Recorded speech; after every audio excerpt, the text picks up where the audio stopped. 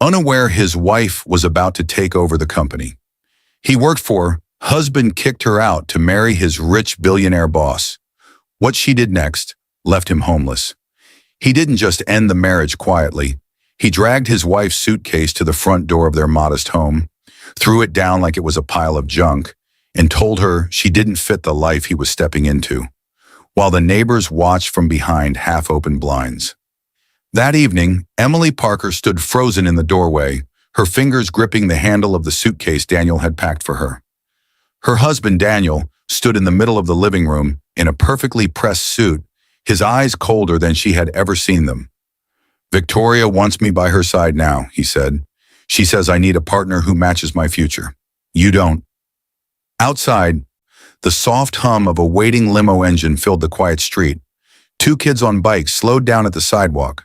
An elderly neighbor pretended to water her plants while staring. Curtains shifted as people peeked out, pretending not to watch a woman being pushed out of her own home. Daniel thought he was trading a small life and a quiet wife for power, luxury, and a future built in glass offices and penthouse views with his rich billionaire boss. He thought Emily would disappear into the background, embarrassed and forgotten. What he never knew was this. Just days before he kicked her out, Emily had sat in a private boardroom, signing documents that would make her the new head of Alden Industries, the very company where he worked so hard to impress Victoria. This isn't just a story about betrayal. It's about what happens when the person everyone pities at the front door is actually the one holding the keys to everything. Dear viewers, if you're still here, don't just watch and scroll. Hit that subscribe button, like this video, and tell me in the comments where you're watching from. The office phone rang 3 times before anyone reacted, but Emily Parker, 32 years old, already had the receiver to her ear, her voice steady, calm, and full of quiet authority. The intensity of the room clashed with her softness. Papers shuffled, managers argued in low, frustrated tones, and someone panicked about a client deadline. But Emily stayed composed, handling every crisis thrown at her like a woman who carried a lifetime of storms on her back. She wasn't born into comfort. She wasn't born into money. Her strength came from a childhood where nothing was handed to her. Emily Parker, assistant operations manager at Alden Industries, sat at her mid-sized office desk, surrounded by files she had already finished hours before. Her space was neat in a way that suggested discipline, not perfectionism. Her computer screen showed 3 unread urgent messages, yet her face held no stress. She breathed slowly, methodically, like someone who had learned long ago that panic never solves anything. She was the kind of woman people trusted even before they knew her name. But there was more to Emily than her coworkers ever understood. Behind her calm smile lived a long history few people knew, one shaped by sacrifice and silent endurance. She had grown up in a small apartment with a mother who worked 2, sometimes 3 jobs. Emily learned early how to fix broken appliances, balance grocery money, and stretch a single meal into 2 days. She became the caretaker at home long before she became one in her marriage. Her mother's voice still lived in her memory. "Stability doesn't come from luck, Emmy. It comes from the hands that refuse to give up." Emily had taken those words everywhere, into her job, into her marriage, into every decision she made, and now into a future she never imagined would come so fast. Her phone buzzed again, this time with a private number. She recognized it instantly, one of the dedicated board lines that almost never called staff directly. She quietly answered, "Hello?" A composed male voice said, "Emily, it's Gregory Miles. Your onboarding packet for the transition will be ready by next month. Legal wants to finalize the documents in person before we schedule the public announcement." She froze, only for a second, just long enough for the weight of those words to press into her chest. Transition. The word hung in the air like an unopened secret. "Thank you, Mr. Miles," she whispered, though her tone carried unease. "I'll be ready." To anyone listening, it sounded like a normal operations update. No job title was mentioned, no CEO, no succession, just transition. She ended the call quickly before anyone noticed her tremble, because no one here, not a single person, knew that Emily was about to step into a role that would change the entire company. And her husband? He had no idea that the woman he came home to every night had been chosen by the founder and the board for something far greater than either of them had ever planned. She placed the phone down gently, but her eyes were distant, troubled, almost sad. Daniel Parker, her husband, 35 years old, charismatic, handsome, always craving approval, walked into her office without knocking. Daniel worked in the same company as a mid-level analyst in the strategy department. People liked him, admired his confidence. But Emily knew the truth. Underneath his charm lived deep insecurity, a fear of being ordinary, a need to feel important. And whenever life got too heavy, it was Emily who lifted him. "Em, you won't believe this," he said breathlessly, excitement shaking in his voice. Emily closed a file and looked up with a soft smile. "What happened?" Daniel tossed a thick folder onto her desk. It hit the wood with a sharp smack, loud enough to make her flinch. "Victoria wants me in her private strategy group," he announced, chest puffed out. His eyes were glowing with pride. This could change everything for us. Victoria Hale, his boss, a glamorous billionaire CEO known for her ruthless business style, was a name Emily never expected to hear spoken with that much excitement. Emily's face went still, not jealous, not angry. Something darker, something closer to recognition. As if a memory long buried had crawled back into the light. A memory of a woman who once told her, "I don't give opportunities, I give tests." Daniel didn't catch her reaction. He was too busy glowing in the shadow of another person's power. Emily had met Victoria once before, and she knew the woman never gave opportunities without wanting something in return. As Daniel waited for her praise, Emily's eyes drifted toward the door, because what was coming next would tear their world in half.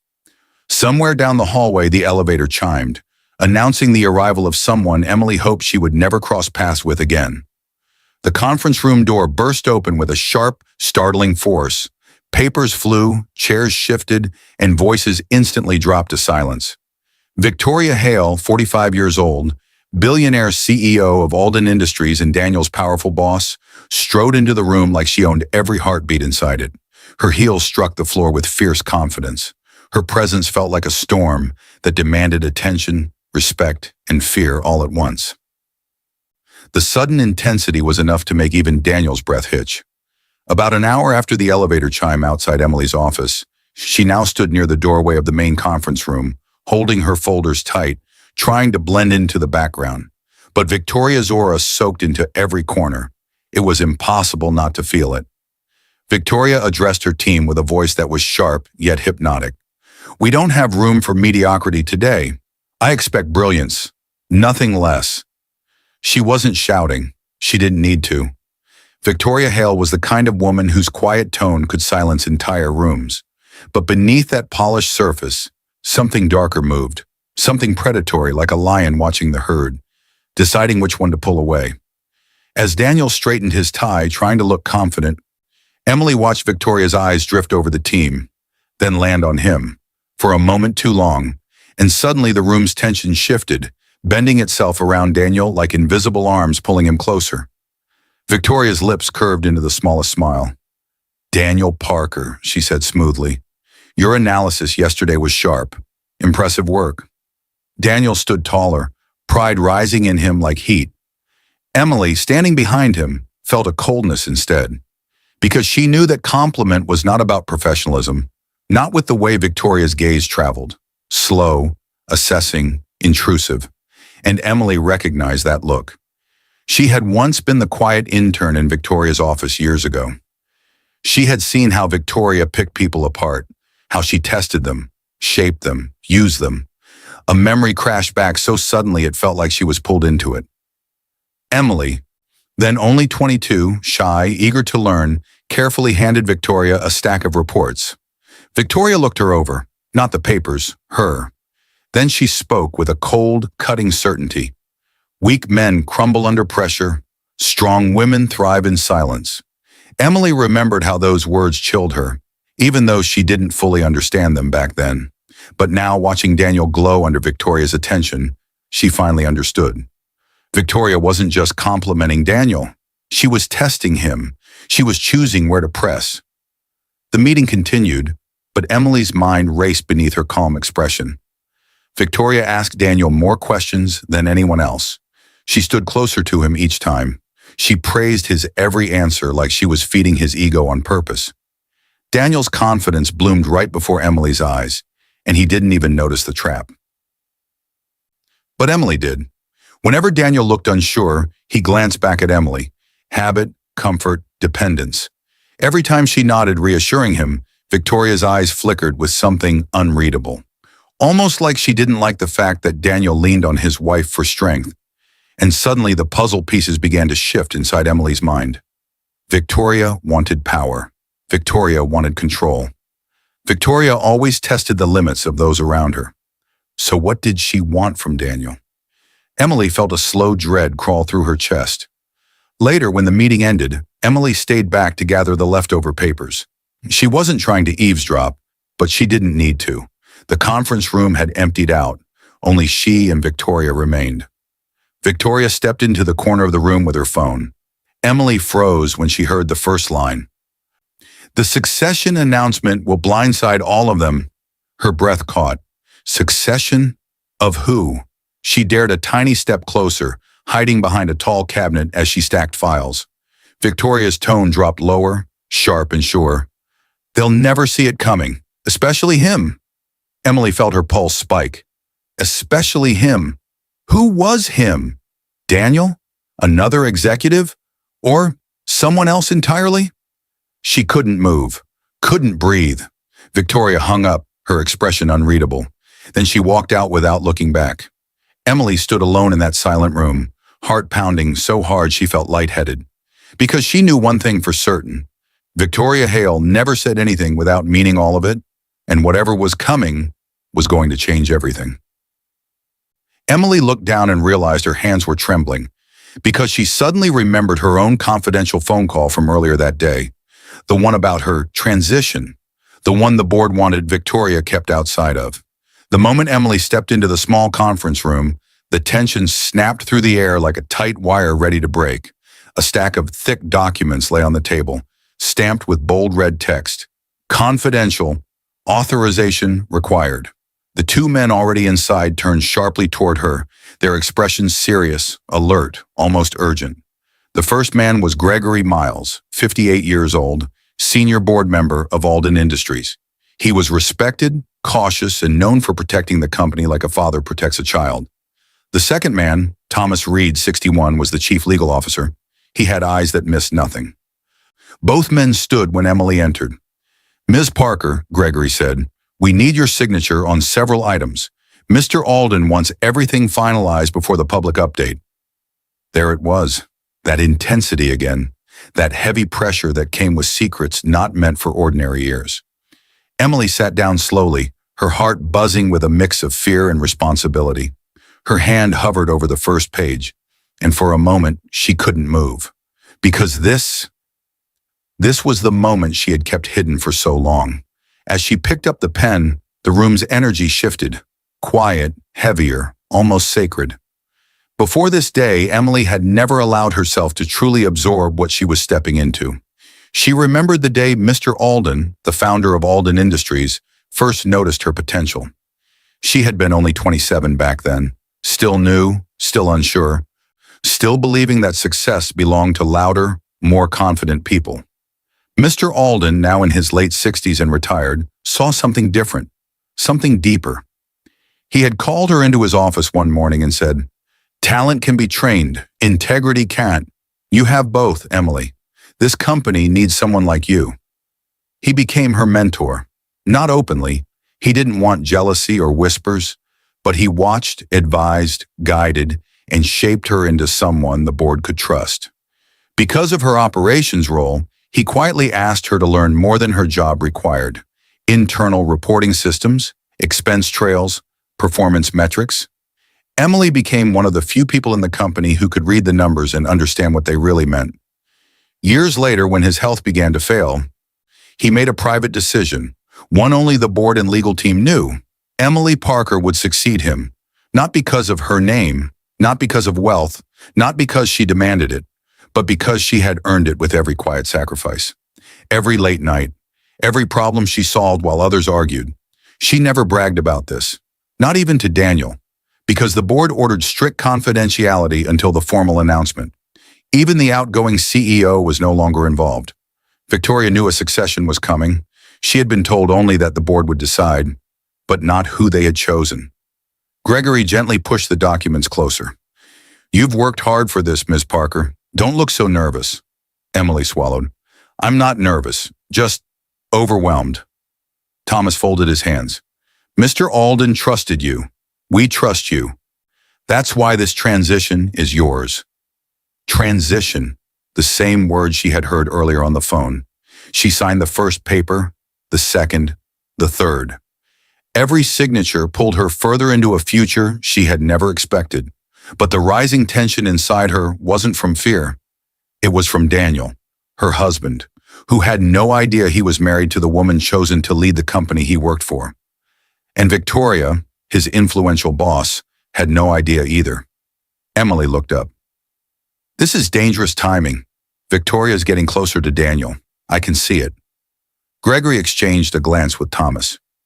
"Which is why," he said slowly, "you must keep this confidential until the announcement. Not even employees should know, understand?" Emily nodded, though a knot formed in her chest. "Not even Daniel," Thomas added firmly. "If anything happens around him or Victoria, your position must stay separate from it, for your protection and the company's." It wasn't an order meant to hurt her. It was protection. The very foundation of Emily and Daniel's marriage suddenly felt fragile.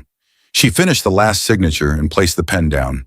Her hand shook slightly, betraying her calm exterior. Gregory opened a leather folder. "This contains your preliminary CEO transition briefing. You may review it at home through your secure portal, but remember, your access logs will be monitored. Use it carefully." Emily nodded, trying to steady her breathing. It explained why she had been given extra access to company systems lately. Expense reports, performance dashboards, deeper data than most managers ever saw. Her phone vibrated loudly on the table. She reached for it, expecting a message from her friend, or maybe a reminder. But when she saw the sender's name, her entire world tilted. Daniel. The message preview glowed on the screen. "Victoria invited me to her penthouse tonight. She says it's urgent, says it could fast-track my future." Emily's blood went cold. Her fingers tightened around the phone. Victoria, penthouse, urgent. Nothing about that combination felt innocent. She felt something inside her, something she had never felt before, twist into fear and warning. Thomas noticed the change in her expression. "Everything all right?" Emily tried to speak, but the words stuck in her throat, because deep inside she already knew. This was not work-related. This was not harmless. This was not something she could ignore. The cliffhanger struck like thunder. Victoria had made her first move, and Emily, now holding the documents that would change her life forever, knew the next move would be hers. Gregory's voice drifted softly as she walked out. "Be careful, Emily. Victoria doesn't like losing control." Daniel barely had time to steady his breath before the elevator doors slid open with a sharp metallic hiss. The intensity hit him immediately. Victoria Hale's penthouse was nothing like the office where he worked. It was a world built from cold money and dangerous temptation. Glass walls shimmered with city lights. Expensive paintings hung in perfect symmetry. Every object felt chosen, not just bought. Victoria, 45 years old, billionaire CEO, Daniel's boss, and the most commanding woman he had ever met, stood near a marble bar pouring whiskey into 2 crystal glasses. She didn't turn when he entered. She didn't need to. Her presence was magnetic enough that Daniel felt pulled toward her without a word. "Daniel," she said in a low velvet voice, "you're right on time." Her tone made his heart beat faster. He stepped inside, the door silently closing behind him like a trap sealing shut. His throat tightened with something he refused to call fear. Victoria handed him a glass filled with an amber drink that probably cost more than his monthly salary. "To potential," she said. Daniel lifted his glass, feeling suddenly powerful, wanted, important. But deep inside, beneath the pride swelling in his chest, a quiet voice whispered something he didn't want to hear. They sat on opposite ends of a long white sofa. Victoria crossed her legs slowly, elegantly. The room dimmed itself when she picked up a remote, shadows curling around the furniture.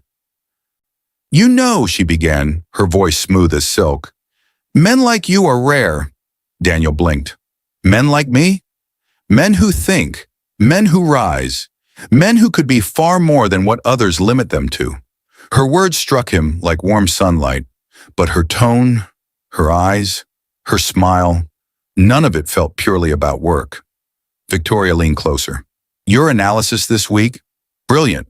The board noticed. I noticed." Daniel felt heat climb his neck. He tried to remain rational, but flattery like hers was dangerous. Too precise, too focused. "You deserve someone," she paused, "who sees your potential clearly, someone who isn't threatened by it." The implication was sharp enough to cut through glass. He swallowed hard. "My wife supports me." Victoria gave a soft laugh. "Support? Or hiding from your success?" Daniel stiffened. "Emily isn't like that." "Isn't she?" Victoria's voice slipped lower. "Quiet women often hold their husbands back without meaning to. They get comfortable. They ask you to be grateful instead of great." Her words dug into the small insecurities Daniel carried. Insecurities Emily always soothed. But tonight, under Victoria's careful poison, they twisted differently. He tried to ignore the discomfort creeping into his chest, but Victoria knew how to navigate weak points the way a surgeon navigates veins.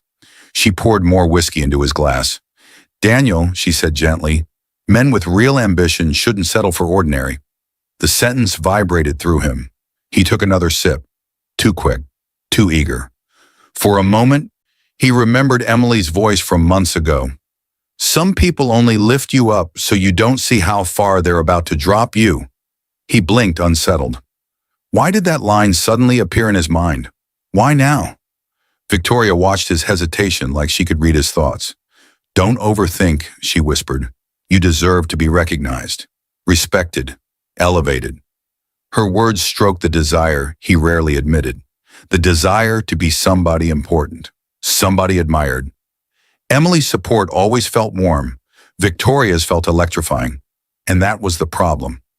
Victoria shifted closer, the distance between them shrinking until Daniel could smell her expensive perfume. Strong, intentional, controlling. "I choose my team carefully," she murmured. "I choose people with passion, loyalty, ambition." The lighting reflected in her eyes, making them look almost golden. Daniel felt frozen and drawn forward at the same time. Victoria moved her hand slowly, deliberately, placing it gently on his knee. His breath stopped. "A man like you," she whispered, "deserves a woman who matches your ambition." Her fingers curled slightly. Daniel didn't pull away. Not because he agreed, not because he wanted to betray Emily, but because the praise felt intoxicating, like he was finally being seen, noticed, valued at a level he'd never reached before. His silence was not a yes, but it wasn't a no, and Victoria always moved in the space between those two. Daniel's heart pounded loud enough to drown out reason itself. Victoria leaned even closer, her breath warm against his ear. "I can take you far, Daniel," she whispered, much farther than she ever could. The words left him stunned. Outside the glass walls, thunder cracked, not in the sky, but in Daniel's chest. For the first time, he wondered what farther truly meant and what it would cost. Victoria reached across the table and slid a sleek black folder toward him. "Come tomorrow," she said softly. "I have something to show you. We can also discuss you staying in the guest suite here for a while. It fits the image we're building." Daniel stared at the closed folder, unaware that opening it and accepting that offer would open the door to a betrayal he could never undo. The front door slammed against the wall so hard that one of the frames beside it tilted. The sound echoed down the quiet street outside. A few seconds later, the door jerked open again, this time not from wind, but from force. Daniel Parker dragged a packed suitcase across the floor and shoved it toward the doorway, the wheels scraping loudly against the wood. Anyone walking past the house could have heard it. Inside, the air was tight with tension. Emily stepped in from the hallway, eyes widening when she saw her luggage near the door. Her suitcase, already zipped, already full, already waiting. Her heart dropped. "Daniel, what is this?" she asked, voice soft but trembling. He stood in the middle of the living room, wearing the suit he usually saved for big presentations. His tie was perfect. His hair was neat. But his eyes were cold. "I'm done, Emily," he said flatly. "I'm moving on to better things." The words cut through the room like a knife. Emily swallowed hard. "Better things? What does that even mean?" Daniel lifted his chin. "Victoria says I need to build a different image, a stronger one. She says having a wife who doesn't match my future isn't helping. She's offered me the guest suite in her penthouse for now. She wants me close to the center of things." He didn't blink. He didn't flinch.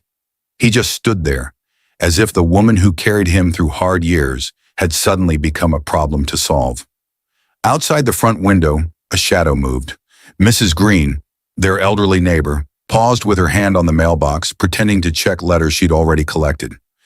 Two teenagers walked past, whispering and glancing at the house. A curtain across the street twitched as someone pulled it back an inch. People were watching, even if they pretended not to. Emily stared at the suitcase, then at him. This was the same man who once cried in her arms about his unstable childhood, about nights when he didn't know where he would sleep. The same man who had told her, years ago, "I just want someone who won't leave when things get hard." And now he was the one forcing someone out. She took a slow breath. "Daniel, I've stood by you through job rejections, debt, long nights, and stress. How am I holding you back?" Daniel looked away, jaw clenching. "You don't understand ambition. Victoria does. She sees what I can become. She says I look ridiculous coming from this neighborhood when I'm about to rise." "Victoria is your boss," Emily said quietly. "So?" he snapped. "She's powerful. She believes in me. She says I shouldn't live in a place like this when I could be in something bigger."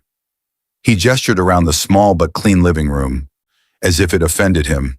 Emily's chest ached, not because of the house, because of what he had become. "You're throwing away a marriage," she whispered, "because your boss told you this home, and I aren't good enough." He didn't answer. He didn't have to. The silence was the answer. Emily reached for the suitcase handle. Her fingers shook, but she lifted it. As she pulled the suitcase outside, the cool evening air hit her face. The street was too quiet, too aware.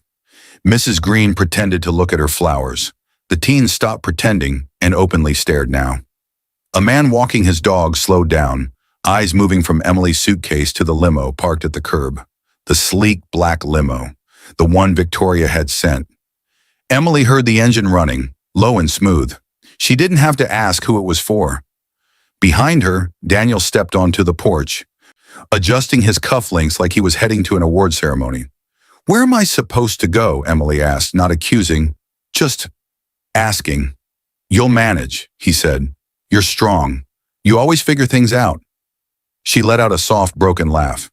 "Just not strong enough to stand beside you in your new life, right?"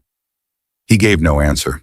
A driver in a black suit stepped out from the front seat of the limo and opened the rear door. Emily could see the leather interior, the soft glow of lights, the world Daniel wanted so badly to enter. "Daniel," she said quietly, "do you really think she cares about you the way I did?" He stiffened. For the briefest second, doubt flickered in his eyes. Then he shut it down. "Goodbye, Emily," he said. He walked past her, down the steps, and into the limo, right in front of the watching neighbors, who pretended to look away and failed. He didn't look back. Not once. The door closed with a low, final thud. The limo pulled away, leaving Emily standing on the step with her suitcase in a street full of silent witnesses. Mrs. Green finally spoke, voice gentle. "Do you need somewhere to stay tonight, dear?" Emily turned, eyes glassy but calm. "Thank you. I'll be fine." As she walked down the sidewalk with her suitcase rolling behind her, her phone buzzed in her hand. It was a new email. From Gregory. She opened it. "Board vote confirmed. Your CEO succession announcement is approved. Communications will request your final sign-off on the press release tomorrow." Emily stopped walking. Her tear stopped too. She lifted her head slowly, the weight of humiliation still heavy, but something stronger rising underneath. The neighbors would remember her as the woman who got kicked out. They had no idea she was about to become the woman who owned the world he was chasing. and neither did Daniel. Emily whispered to herself, one day he's going to walk into a room and see exactly who he threw away. The door to Hannah's apartment burst open with a force Emily didn't intend. Her best friend, Hannah Lewis, 33 years old, graphic designer, loyal and outspoken, rushed forward and grabbed Emily before she collapsed on the floor. Emily, what happened? Why are you shaking? Where's Daniel? Emily couldn't answer. Her breath came in short, quick bursts, as if her lungs were trying to keep her from breaking down completely. Hannah pulled her inside, locking the door behind them, eyes wide with shock. Talk to me, Hannah insisted. What did he do? Emily still wore the same clothes she had on when she left the office and then her home. Her work bag hung from her shoulder, strap twisted from how tightly she had been gripping it. Finally, she spoke, voice thin and fragile. He told me to leave. He said I was holding him back. He said Victoria wants him. The last words came out like something poisonous. Hannah froze. Anger flashed in her eyes. He threw you out? For her? Emily nodded. The intensity of the moment cracked the air in the room. Hannah held her tighter, whispering, Emily, why aren't you fighting back? Why are you just walking away? Emily didn't answer right away. Instead, she sank onto the couch, her mind sinking with her. Everything felt too loud, yet oddly quiet inside her, like a storm just before the thunder. After minutes of silence, Emily finally whispered, My mother used to say something I never understood until now. Hannah sat beside her, waiting. Emily stared at her trembling hands. She always told me, never push back in anger. Let the truth fall naturally. It always does. Hannah sighed, frustrated but soft. So you're just waiting? No, Emily said, her tone shifting, the first hint of steel beneath the pain. I'm listening. She wiped her eyes, breathing slowly, grounding herself. Her world had cracked open, but she refused to fall through it. Later that night, after Hannah went to make tea, Emily unzipped her work bag and took out her laptop and folder. She wasn't looking for comfort. She was looking for answers. She needed noise to stop the silence in her mind. She needed truth to drown out Daniel's betrayal. She logged into her secure company portal using the two-step code sent to her phone, the same access Gregory and Thomas had given her for the CEO transition, the same system that tracked internal reports, expenses, and performance metrics.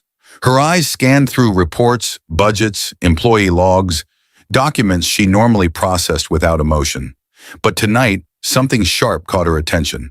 A performance report filed under Daniel's name. The numbers didn't make sense. Her chest tightened. She opened another report, this time connecting it with an expense sheet. Forged marks, altered data, transactions with unusual timing. Her heart pounded as she dug deeper, clicking through files with growing urgency. There it was, cold, undeniable.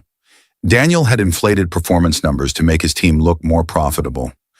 He had misused a company credit card for private dinners and expensive drinks. He had emailed confidential documents directly to an external, private address, labeled under the contact name VH. Emily clicked the details. It was Victoria's personal, non-company email. Emily's hand flew to her mouth. This wasn't just unethical. This wasn't just careless. This was self-sabotage. And Victoria had let him do it, maybe even encouraged it, because men who compromise themselves are easier to control.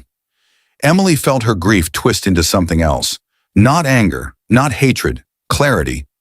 She took her phone and, instead of downloading files that IT could flag, she snapped pictures. Every file, every timestamp, every detail. Her fingers were steady even though her heart wasn't. This wasn't revenge. This was truth. This was protection of herself, of the company, of everything Mr. Alden trusted her with. And Daniel had walked into the trap willingly. Just as she finished photographing the last document, her phone buzzed with a new email notification. From Corporate Communications.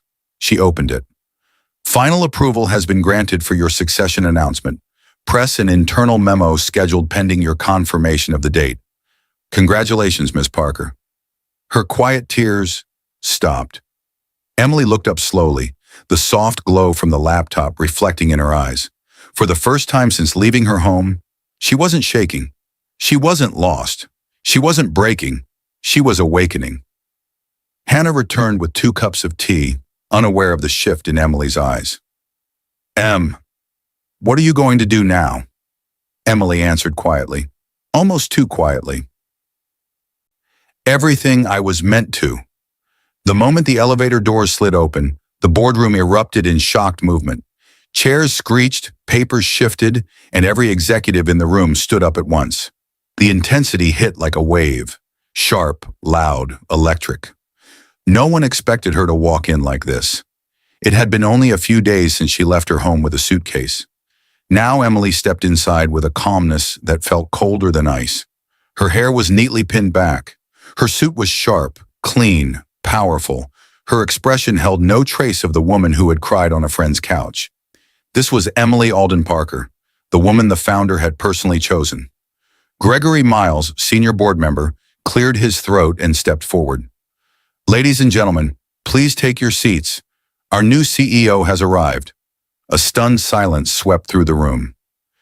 Because until this moment, no one, not even middle management, knew who the next CEO would be. Certainly not Daniel. Certainly not Victoria. Emily walked to the head of the table, her heels tapping against the marble floor with steady rhythm. Every eye followed her. Shock, awe, confusion, respect. The room seemed to shrink around her. Gregory continued, voice firm and proud. "Effective immediately, Emily Parker will take over leadership of Alden Industries, following the succession plan approved by the board and our founder, Mr. Alden." Some executives gasped, some whispered, some clapped softly, uncertain but respectful. Emily gave a single nod. As the emotion in the room settled, Emily let her eyes sweep across the table. She saw faces she'd worked with for years, people who thought she was just another calm administrative presence. People who had no idea she'd been preparing for this silently, consistently, with the founder's full backing. She remembered Victoria's voice from days earlier. "The succession announcement will blindside them." At the time, Emily had believed Victoria was talking about Daniel, or maybe some other executive she planned to manipulate. But now she understood the truth. Victoria had no idea who the chosen successor was. No idea she'd been playing chess with the wrong opponent. No idea the quiet woman she dismissed was the one stepping into the role she wanted to control. Daniel thought he traded up, but he had traded everything away. Gregory motioned for her to speak. Emily placed her hands lightly on the table, her voice steady yet commanding. "I want to thank the board for their trust," she began. "This company deserves leadership built on integrity, not ambition alone." Several executives exchanged glances. They didn't miss the message hidden in her words. "I will be reviewing all recent department actions," Emily continued, "particularly in strategy and finance, to ensure every decision reflects our core values. This is standard during any leadership transition, and I expect everyone's cooperation." Her tone never rose. It didn't need to. Her power was in her calmness. Across the room, the HR director, Linda Harper, 49 years old, professional and organized, stood taking quiet notes. She looked up, curious to know the changes Emily had in mind. Emily looked at her and said clearly, "Linda?" "Yes, Ms. Parker?" Linda stepped forward. "Schedule a mandatory review meeting for tomorrow morning," Emily said. "Include department heads." She paused for half a second, then finished, "And Daniel Parker from Strategy." A ripple of shock rushed across the table. No one spoke. No one dared. Gregory lowered his eyes. He understood exactly what Emily was doing and why. It wasn't personal. It was necessary. Linda hesitated, but when Emily gave her a steady look, she nodded. "Of course. I'll send the notices today." Emily simply took her seat, signaling the start of the rest of the agenda. And just like that, the world Daniel abandoned her for was now in her hands. As the meeting ended, Emily gathered her documents. Her expression never changed, but her resolve hardened with every breath. When she stepped into the hallway, her phone vibrated. A message. From Victoria. 3 words. "We need to talk." Emily's eyes narrowed. She whispered to herself, "Yes, we do." The elevator doors opened with a loud metallic ding that echoed like a warning. Daniel stepped out with a confidence so big it nearly spilled into the hallway. He straightened his suit jacket, fixed his tie, and checked his reflection in the glass wall. Today was the day. Victoria had said she had plans for him. Big plans. Promotion-level plans. He smirked. Emily never believed I could rise this fast, but Victoria sees me. He pushed open the meeting room door, and his entire world froze, because sitting at the head of the table, in the highest seat of authority, was Emily, his wife, the same woman he shoved out of their home, the same woman he said was beneath his future. Emily sat straight, calm and unreadable. Her suit was sharper than everyone else's. Her presence filled the room without trying. Daniel swallowed hard. What is this? Victoria stood near the window, confusion flashing across her face. This was the first time she had seen Emily in that seat, and she did not like surprises she didn't control. Gregory Miles cleared his throat, his voice deep. Daniel, take a seat. Daniel sat slowly, feeling the room shift around him. His confidence drained.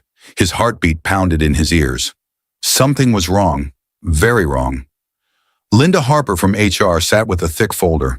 The company's legal officer, Thomas Reed, was also present. No one smiled. Victoria remained silent, watching. Daniel looked from face to face. Why were board members here? Why did HR look so serious? Why did no one congratulate him? Finally, he turned to Emily. Emily, why are you sitting there? Her expression didn't move. Her voice came out calm, smooth, controlled. Because this is my seat, Daniel. Gregory nodded. Effective immediately, Emily Parker is the new CEO of Alden Industries. The words shattered Daniel's posture. His back slumped. His lips parted soundlessly. Victoria stiffened, eyes widening. She had expected to guide or influence the next CEO, not find out she'd been working under her. Daniel stammered, You're the CEO? Emily folded her hands. This meeting isn't about titles, Daniel. It's about truth. Gregory gestured to Linda. HR will lead. Linda opened the folder with professional calm. Mr. Parker, this is a formal disciplinary and termination review. You were invited to respond to concerns about your recent conduct. You're aware this meeting is being recorded for legal purposes. Daniel's mouth went dry. Concern? What concern? Linda slid the first set of papers across the table toward him. First, she said, forged performance reports. These numbers do not match verified data in the system. You inflated your department's results. Daniel's face drained of color. That's not... I just corrected a few mistakes. Thomas spoke evenly. The changes were not corrections. They were falsifications. Emily said nothing, but her eyes didn't leave him. Linda continued, another set of documents. Second, improper use of the company credit card. Receipts for dinners, private outings, luxury drinks, most outside-approved company events. Many of these coincide with nights you were recorded as being at Victoria Hale's penthouse. Daniel's throat closed. Those were strategy discussions. She said... Linda didn't respond. She flipped to the next page.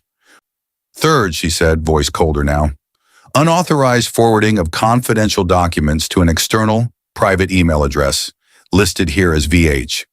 She tapped the printed email logs. These emails contained internal projections, board prep analyses, and sensitive client data. Company policy strictly forbids sending such information to non-company domains without clearance. Daniel froze. Victoria's face turned stiff, angry, not at Emily, but at Daniel for exposing her through his carelessness. Emily finally spoke, her voice soft but clear. That address belongs to Victoria's personal email, not her corporate one. Silence hit the room like a slap. Thomas folded his hands. We will be conducting a separate internal review regarding any actions by senior leadership, including Ms. Hale. For today, the focus is your conduct, Mr. Parker. Victoria's jaw tightened, but she stayed quiet. She knew this wasn't the moment to defend herself. Linda turned another page. And finally, she said, you attempted to influence company decisions through personal relations with a senior executive. Multiple calendar entries and expenses line up with nights at Ms. Hale's penthouse. The pattern is clear. When she said personal, everyone understood the meaning. Daniel felt his confidence collapse into ashes. He pressed a hand to his forehead. Emily, please. This isn't what you think. Victoria said she was guiding me. Victoria took a small step away from the table, visually separating herself. You acted on your own, she said coolly. Your choices, your responsibility. He stared at her, shocked. Victoria, what? No, we were in this together. She didn't answer. She didn't even look at him. She simply chose her safety over him, like she had planned from the beginning. Emily's voice stayed calm. Too calm. Daniel, you should have asked me, before you chose someone else's future over our marriage.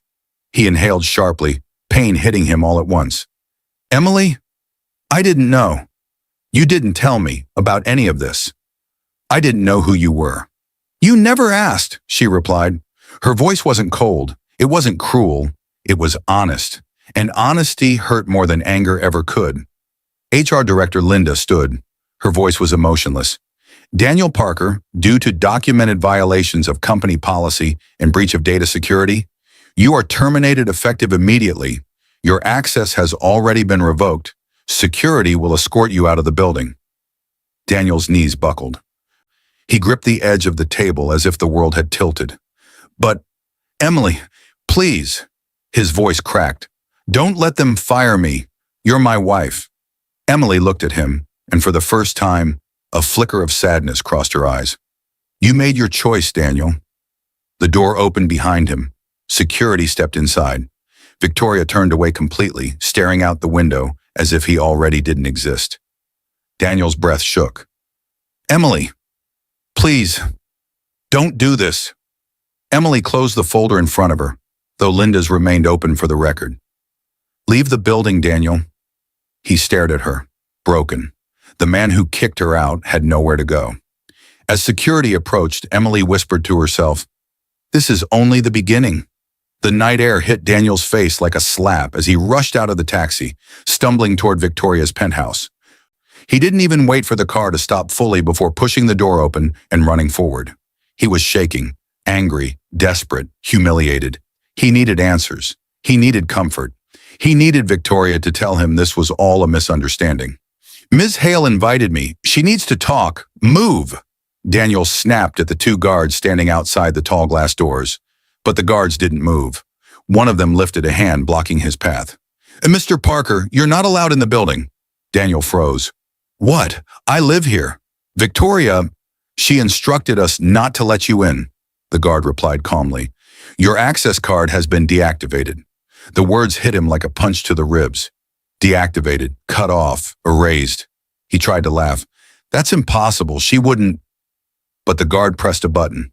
The elevator behind him opened, and a maid stepped out. She held a small box. The box Daniel kept his things in. A watch, a few clothes, a spare phone charger. She set it down gently in front of him. Ms. Hale said you should collect your belonging, the guard added. The world spun. Victoria hadn't just distanced herself. She had thrown him out too.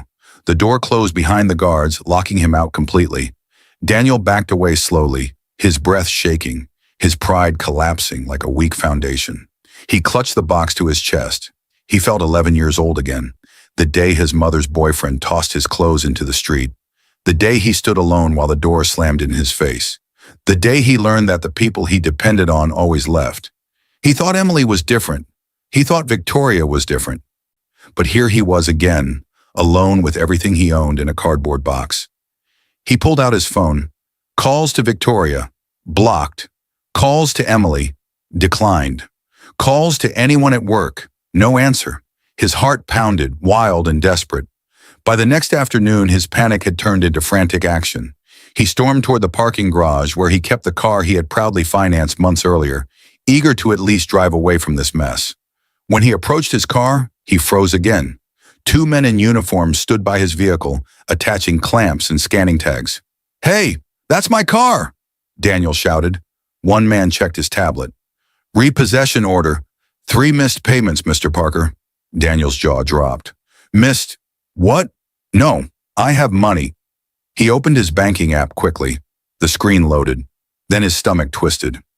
Account restricted, temporary hold due to pending legal action. He tapped for details. A small note appeared. Court-ordered protective hold requested by legal counsel during asset review. Emily's lawyer, Her new reality as CEO meant their finances were under legal review. It wasn't spite, it was procedure. But to him, it felt like betrayal. His car was lifted onto the tow truck. The driver smirked at him. "Rough week, man?" Daniel felt the humiliation burn under his skin. He ran through every contact in his phone, every old coworker, every recruiter, every friend he once bragged to. No one called back. One old colleague finally responded with a text. "I heard what happened. Termination plus HR investigation plus rumors about you and Victoria. No company is touching you right now. Sorry, man." Daniel stared at the message for a long time. This is what he had become in their eyes, someone who used his boss, someone who sold himself for power, a risk. His reputation was gone. His future was gone. His marriage was gone. His boss was gone. He dropped into a bus stop seat, shaking. Later, with a few crumpled bills still in his pocket, he bought a small bottle of cheap liquor from the store near the bus stop, hands trembling. He took a long drink, the burn grounding him, but also pulling him deeper into panic. He remembered how his mother used to leave him alone for hours, how he would drink tap water and pretend it tasted like something sweet, something comforting. He remembered promising himself he would never be weak again, but now he couldn't even keep a place to sleep. He needed Emily. He needed someone to save him. He called her again. No answer. He called again. Straight to voicemail. His breathing cracked. "Emily, please, I don't know what to do." He sat there until sunrise, shivering, empty, and terrified. The next day, he went back to the apartment he shared with Emily before he threw her out. Maybe she had softened. Maybe she had left the door unlocked. Maybe there was still something left to save. But when he reached the door, he froze. A new lock. A notice taped to the door. Access revoked. Occupant removed from lease agreement, and in the hallway, a sad, lonely pile of bags. His bags, his clothes, his shoes, his documents, left by the wall like abandoned leftovers. The landlord stood by the door with crossed arms. The apartment was always in her name only. She showed us the court paperwork and the HR letters. "You can't stay here anymore." Daniel picked up a bag, hands trembling. His voice cracked. "Where am I supposed to go?" "That's not my problem," the landlord replied. The door shut. Daniel dropped to his knees on the cold ground. His world had collapsed one brick at a time. As he sat there shaking, a cold wind brushed across his neck. Somewhere deep inside him, a dangerous thought whispered, "Emily did this." He didn't know it yet, but he was about to make the biggest mistake of all. Months later, the courtroom door burst open with a force that startled everyone sitting inside. The bailiff stepped forward, trying to calm the sudden rush of footsteps. Daniel stumbled in, hair messy, suit wrinkled, face unshaven, eyes red from sleepless nights. His breathing was uneven, almost panicked. Everyone turned, but Emily didn't. She sat quietly at the petitioner's table, posture straight, hands folded neatly, eyes calm. She looked like the embodiment of peace, controlled, steady, resolute. The complete opposite of the man who once claimed she held him back. The intensity in the room was sharp, like glass under pressure. The judge glanced at Daniel's state and sighed. "Mr. Parker, please take your seat." Daniel sank down, ashamed, his shoulders hunched. The man who once walked with arrogance now looked like he had aged 10 years. Emily kept her eyes on the table, not in cruelty, but in closure. As the judge began reviewing the documents, Daniel's gaze never left Emily. He remembered the night he forced her out, the way she walked away with quiet dignity, the way he didn't even look back as Victoria's limo door closed. Now it was him being thrown out of everywhere. Now it was him nobody looked back for. Now it was him sitting on the edge of losing everything. His voice cracked softly. "Emily, please, can we talk before this starts?" Emily didn't turn her head. Her voice was composed. "We've already said everything we needed to, Daniel." "But I didn't know," he whispered. "I didn't know who you were. I didn't know you were becoming the CEO. I would have stayed." Emily closed her eyes for a small second, more tired than angry. "That," she said gently, "is exactly why I had to leave the marriage. You stayed for status, not love." His heart dropped into his stomach. The judge adjusted their glasses. We have reached the final review of the settlement. Emily nodded politely. Daniel swallowed hard. Mrs. Parker, the judge continued, you are granted the majority of the marital assets due to contributing more than 80% of the household income, demonstrating financial stability, and providing supporting documentation of your role in the company. Daniel looked down. Every number, every document, every timeline, it all proved he gave more excuses than effort. Furthermore, the judge added, given the internal investigation and termination of Mr. Parker from Alden Industries, you are legally protected from Daniel Parker's debts or financial liabilities, including any pending actions connected to his misuse of company resources. Daniel clenched his fists. Victoria had left him with more debt than pride. The judge signed the final document. This marriage is officially dissolved. The sound of the stamp echoed like a gunshot through Daniel's chest. Daniel pushed up from his chair suddenly, voice trembling. Emily, please, I have nothing left. His voice broke. Please don't leave me like this. Please, I don't have anyone. For the first time, Emily looked at him, and the courtroom went so quiet it felt like time paused. Her eyes weren't angry. They weren't cold. They were sad. Sad for who he could have been. Sad for who he chose to become. Sad for how easily he traded everything away. She walked toward him slowly, heels clicking softly, almost like a whisper. Daniel, she said quietly, you had everything when you had me. His face twisted in pain. I never wanted to see you hurt, she added. But you made choices, and now you're living inside them. She stepped back, and with that, everything ended. Emily walked out of the courtroom into bright daylight. Reporters, executives, and employees waiting outside parted respectfully as she walked toward the company car. She stepped inside and was driven to Alden Industries. The moment she entered the building, employees rose to their feet, not out of fear, out of respect. She walked to her new office, the CEO suite, and took her seat at the desk that once belonged to Mr. Alden. The sunlight behind her made her look like someone who had fought quietly and won loudly. Meanwhile, Daniel sat on a bench outside the courthouse, head in his hands, staring at nothing. Just a suitcase. Just silence. Just the weight of every mistake he ever made. The wind blew lightly, lifting a strand of his hair. He chased power and lost everything. She stayed quiet and rose above them all. Emily's assistant knocked gently on the CEO office door. There's someone here to see you, Miss Parker. Emily looked up quietly. Send them in. The next chapter of her life was ready to begin. I hope you enjoyed watching it as much as I enjoyed creating it. Like, share, and comment on the lessons you've learned. Let me know where you're watching from in the comments below. See you in my next video.